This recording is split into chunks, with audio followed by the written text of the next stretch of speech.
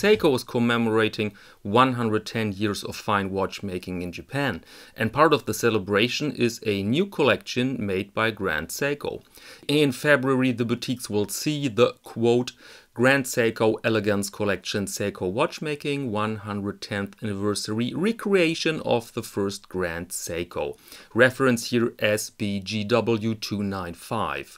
This is an enormously expensive watch that many people cannot afford, but relax. It is very likely that you see someday such ingredients and techniques in more affordable watches. So let's have a seat and let's examine the strength and the weaknesses of this timepiece. Specifications first.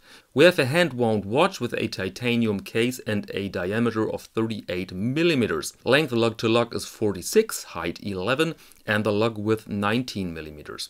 The watch shows a sapphire crystal with anti-reflective coating, and inside works the in-house caliber 9S64 with a beat rate of 28,800. It offers a power reserve of 72 hours and a pretty decent accuracy of +5 to -3 seconds, so a smidgen under cost parameters. Water tightness is indicated with 30 meters and the price tag says 14,700 euros including VAT or 13,800 US dollars without VAT. The watch comes on a leather strap and is limited to 500 pieces.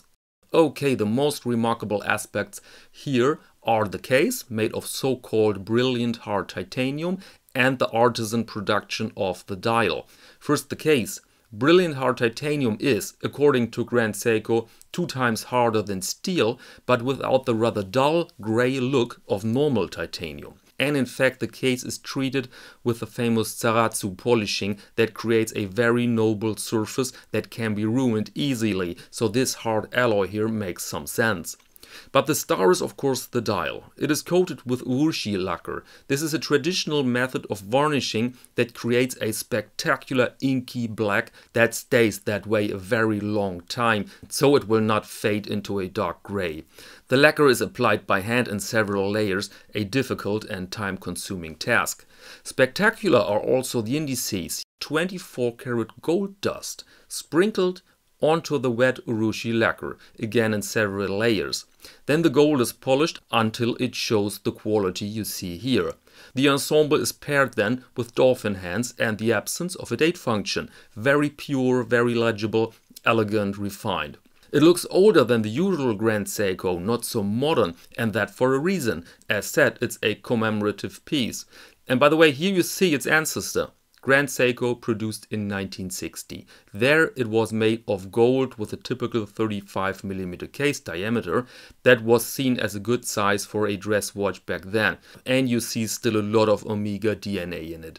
Back to our modern watch now. Is it perfect? Well, what's perfect on this planet? For me, the logo here looks a bit overwhelming in this combination of gold and black. It could easily play a role in a GTA computer game as the logo of a shady tattoo studio. In fact, it's the first time that I don't like this mixture of Japanese craft and tradition, this elegance with that Western Gothic grotesque tattoo font. But of course this might be only my taste. Did I mention the strap? Also very Japanese. It's made of leather, but woven like a fabric. Very interesting and beautiful, and I bet very fragile. Anyways, with that price tag, the Grand Seiko SBGW295 is more a piece to collect than to wear. But at least we had our demonstration of fine craft that you might find one day on a, let's say, Longines Conquest or on the product of a new Japanese micro brand. And that said, allow me to close this episode, ladies and gentlemen. Thank you very much and see you next Monday to Watch of the Week.